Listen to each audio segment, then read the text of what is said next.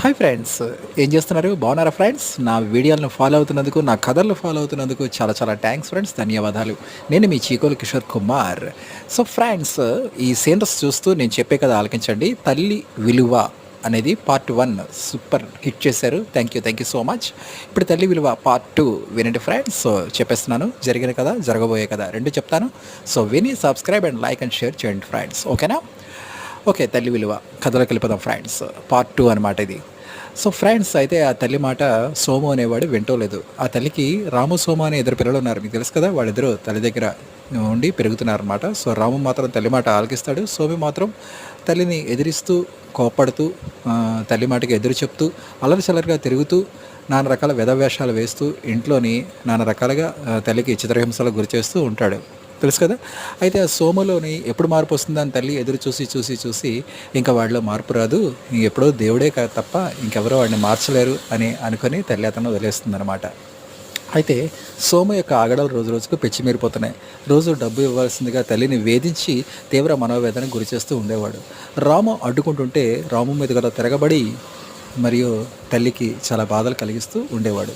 అయితే రాము అండ్ తల్లి ఇంకా వాడిని ఏమీ అనకుండా వదిలేస్తూ ఉండేవారు. సరే, వాడికి మార్పు వచ్చినప్పుడే రాని, వాడికి మార్పు వచ్చినప్పుడే వాడి జీవితంలో మార్పు వస్తుంది, దేవుడే వాడిని మారుస్తాడు, భగవంతుడే వాడిని మారుస్తాడు అని వీళ్ళిద్దరూ కామ్గా ఊరుకుంటారు. అయితే ఒకరోజు ఆ ఊర్లో బందిపోటు దొంగలు ప్రవేశించారనమాట.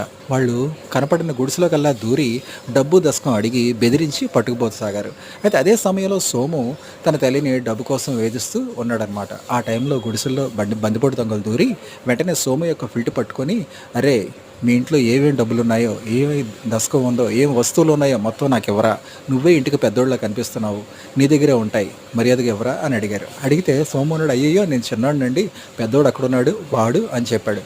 అయినప్పటికీ వాళ్ళు సోము కొంచెం పెద్దగా, కొంచెం ఆకారం శరీరంతో ఉండడం వల్ల సోముయే పెద్ద కొడుకుగా భావించి సోము మాటలు లెక్క చేయకుండా సోముని కొట్టసాగారు.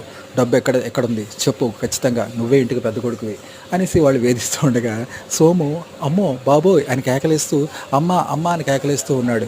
ఆ తల్లికి వెంటనే మనసు కరిగి, నా బిడ్డను కొట్టకండి అయ్యా, ఇదిగోనయ్యా ఈ డబ్బు ఇంతే ఉంది మా ఇంట్లోని, మా వాడిని దయచేసి వదిలిపెట్టండి అని ఏడుస్తూ తల్లి దీనంగా వాళ్ళ కాళ్ళవేళ పడుతుంది.